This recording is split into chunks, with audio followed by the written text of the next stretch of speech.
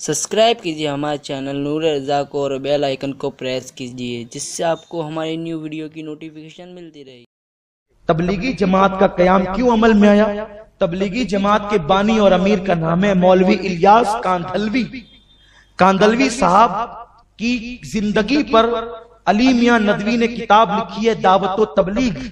उस दावत तबलीग के अंदर अली मियां नदवी ने लिखा है कि मौलवी इलियास कांदलवी साहब कहते थे कि मैंने तबलीगी जमात जो कायम की, लोग ये समझते हैं कि अल्लाह रसूल की बात करने के लिए कायम की, लेकिन हकीकत ये है कि तबलीगी जमात का कयाम इसलिए अमल में आया कि मौलवी अशरफ अली थानवी साहब की तालीमात को आम किया जाए, तालीमात अशरफ अली साहब की हो और तरीक़ेकार मेरा हो।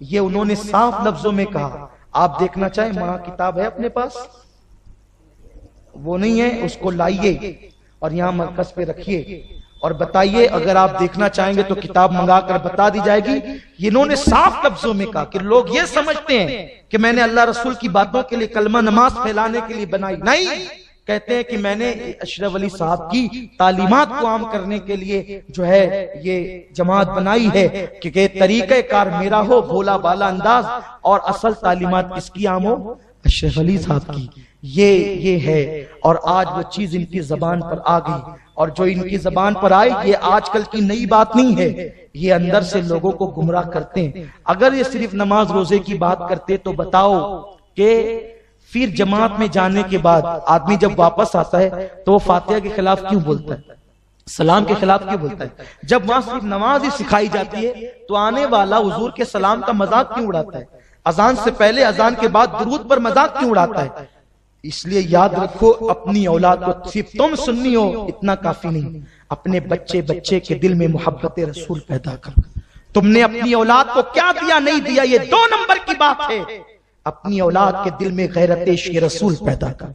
हमारे मरने के बाद हमारी औलाद मोहब्बत रसूल और ताज़ीम रसूल पे कायम रहना चाहिए। जहां अल्लाह की बारगाह में दुआ करते हुए तुम दौलत मांगते हो, नेमत मांगते हो, दराज़ी उम्र बिल खैर मांगते हो, वहां ये भी मांगो अल्लाह हमारी औलाद को ताज़ीम रसूल सिखा, मोहब्बत रसूल अता कर, इश्क़ रसूल अता कर, गैरत इश्क़ रसूल अता कर। हजरत सफीना ने कहा, ए अबुल हारिस, नहनु मौला मोहम्मद सल्लल्लाहु अलैहि वसल्लम, मैं मोहम्मद अरबी का गुलाम हूं। फिर पता है हदीस में क्या आता है? कुर्बान जाएं। इमाम सयूती फरमाते हैं, शेर ने जैसे ही सुना, शेर ने अपनी दुम ऐसे झुकाई जैसे कुत्ता मगलूब होकर दुम झुकाता है। आपने देखा कभी 2 कुत्तों को मिलते हुए? मेरी नजर इन सारी चीजों पर भी होती है। मैं जानवरों को भी इबरत की निगाह से देखने की कोशिश करता हूं। आप कभी भी 2 कुत्तों को देखना, जब दोनों कुत्ते दुम उठा करके मिलेंगे तो उनमें लड़ाई होगी, लेकिन जब एक कुत्ता दुम झुका कर मिलता है और एक दुम उठा के मिलता है तो लड़ाई नहीं होती। इसलिए लड़ाई नहीं होती कि वो कुत्ते ने अपने आप को उसके सामने मगलूब कर दिया, बोला कि भाई मैं लड़ने नहीं आया, मैं तो बस ऐसे तेरे इलाके में घूमने आया। तो वो कुत्ता दुम नहीं, हाँ ये बसने की बात नहीं, आप गौर कर लीजिएगा। वो कुत्ता यूं दुम डालता है, नीचे पैरों के अंदर डालता है, ये आप गौर कर लीजिएगा कभी। तो यानी वो कुत्ता इस बात का सबूत देता है कि भाई हम जो है वो छोटे हैं, आपसे लड़ने नहीं आए। तो जैसे कुत्ता मगलूब होकर दुम नीचे करता है, शेर ने ऐसे दुम नीचे किया और दुम हिलाने लगा, और गोया के दुम के इशारे से कहता है, अगर तू गुलाम है तो मैं गैर थोड़ी हूं, मैं भी उसी बारगाह का गुलाम हूं। और उसने कहा मेरे पीछे पीछे आ। हजरत सफीना उसके पीछे पीछे गए और वो शेर ने ले जा करके हजरत सफीना को काफिले से मिला दिया। अच्छा, क्या सफीना को ये नहीं मालूम था कि मैं अल्लाह का बंदा? अरे रसूल के गुलाम होने से पहले तो हर आदमी अल्लाह का बंदा है। सफीना बड़े होशियार थे, जानते थे अल्लाह का बंदा कहूंगा ना तो अल्लाह रज़्ज़ाक़ के मुतलक है, अल्लाह रज़्ज़ाक़ के मुतलक है, रोजी देने का वादा मुझे किया तो इसको भी तो किया, तो मुझे शेर की गिज़ा बना देगा, वो तो बेनियाज है। तो कहा कि हर जगह ये अटकल नहीं चलती, कहां हर जगह अटकल नहीं चलती, وہاں تو محمد عربی کے غلام ہوشیار ہوتے ہیں، کہا اللہ رزاق مطلق ہے، لیکن اب یہاں بات وہ کرو جس سے شیر بھی نرم پڑ جائے، اس لیے کہ اپنے مولا کی ہے بس شان عظیم، جانور بھی کرے جن کی تعظیم، سنگ کرتے ہیں ادب سے تسلیم، پیڑ سجدے میں گرا کرتے ہیں۔ میرے آقا علیہ السلام کے دیوانوں، شیر نے ملا، حضور کا ہر صحابی اپنے آپ کو نبی کا غلام کہتا تھا۔ حضرت فاروق اعظم رضی اللہ تعالی آپ فرماتے ہیں کہ میں حضور علیہ السلام کے ساتھ رہتا تھا اور میں حضور کا خادم تھا اور حضور کا غلام تھا۔ اب مجھے سمجھ میں آئی یہ بات کہ جب یہ درود پڑھتے ہیں نا، اللہ رب محمد صلی اللہ علیہ وسلم نحن عباد محمد صلی اللہ علیہ وسلم، تو ان بھائی بننے والوں کو تکلیف اس لیے ہوتی ہے کہ یہ نبی کا غلام اپنے آپ کو نہیں سمجھتے، ان کا دماغ اتنے چوتھے آسمان پر ہے کہ یہ اپنے آپ کو نبی کا غلام نہیں سمجھتے۔ آپ کو بتاؤں، اللہ اکبر، جناب جبریل کہتے ہیں یا رسول اللہ میں آپ کا غلام ہوں، اس لیے کہ غلام بننے میں عافیت ہے، اور اللہ نے ان کو پوری کائنات کا آقا بنایا ہے۔ ارے جناب آدم، موسیٰ، عیسیٰ علیہ السلام اپنے آپ کو میرے نبی کا خادم کہتے ہیں، عاجزی اس کا نام ہے، غلامی اختیار کی جائے، لیکن جن لوگوں کو انگریزوں کی غلامی کے لیے پیدا کیا گیا ہو وہ رسول اللہ کی غلامی کا دم کب بھر سکتے ہیں؟ اس لیے لوگوں ہوشیار ہو جاؤ، آئندہ اپنے کسی بھی بہن بیٹی کا رشتہ بدعقیدوں کے ساتھ طے نہ کرو۔ رسول پاک کا ادب ایمان کی جان ہے، جس دن تم ادب سے دور جاؤ گے تمہارے ایمان کا طوطا اڑ جائے گا۔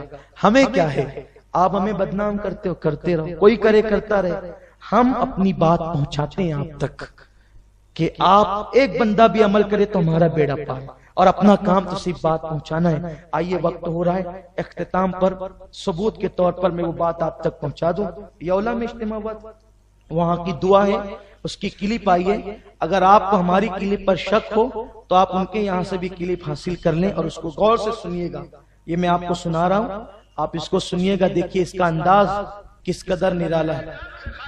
واپس نہ لوٹا، تیرے دربار میں کوئی آئے خالی ہاتھ واپس چلا جائے، یہ تیری شان کے خلاف ہے، یہ تیرے علم مرتبے کے خلاف ہے، یہ تیری بلندی کے خلاف ہے۔ سو کے قاتل نے تیرا دروازہ کھٹکھٹایا، تو نے دروازہ کھول دیا، بدکار عورت نے تیرا دروازہ کھٹکھٹایا، تو نے کھول دیا۔ اب ہماری باری آئی ہے، اے اللہ ہم تیرے نبی کے بھائی ہیں، اپنے نبی کے بھائیوں کی دعا کو قبول کر لے۔ تیرے نبی نے ہمیں اپنا بھائی بنایا ہے، تیرے نبی یہ ان کا حال ہے، تیرے رسول نے ہم کو بھائی کہا ہے۔ اب میں چیلنج کرتا ہوں کہ یہ بتائیں کہ ان کا نام لے کر رسول اللہ نے کس دن ان کو بھائی کہا ہے۔ میں نے بتایا حضور نے جن کو بھائی کہا تھا انہوں نے پوری زندگی کئی بھائی نہیں، نہ مولا علی نے کبھی بھائی کہا، نہ حضرت جعفر نے کہا، نہ جناب زید نے کہا، نہ کسی اور صحابی نے کہا، بلکہ آپ کو بتاؤں صدیق اکبر نے پوری زندگی کبھی داماد نہیں کہا، فاروق اعظم نے پوری زندگی کبھی داماد نہیں کہا حضور کو، مولا علی نے پوری زندگی کبھی سسر نہیں کہا، ام الفضل نے ایمان لانے کے بعد کبھی بھتیجا نہیں کہا، یہ بھائی کہہ رہے ہیں اللہ کے نبی۔ اور دعا کا انداز یہ کہ بدکار عورت نے تیرا دروازہ کھٹکھٹایا، میں ذرا یہ پوچھتا ہوں کہ ذرا خدا کا دروازہ تو بتا دے۔ یہ دعا کرنے کا ڈھنگ جہالت ہے، جہالت۔ انہیں کیا دعا کرنا آئے گی جو اپنے باپ آدم کے نقش قدم سے ہٹ گئے؟ ارے دعا کرنا ہے تو سیکھ جناب آدم سے۔ آدم نے کن کلمات کے ساتھ دعا کی تھی؟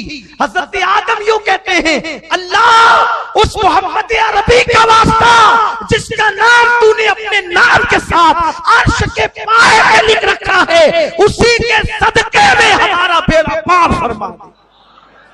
حضرت آدم صدقہ مانگتا ہے اور یہ بھائی دعا میں وسیلہ بھی لے رہا ہے، تو برابر کھڑے ہو کر، یہ جہالت ہے۔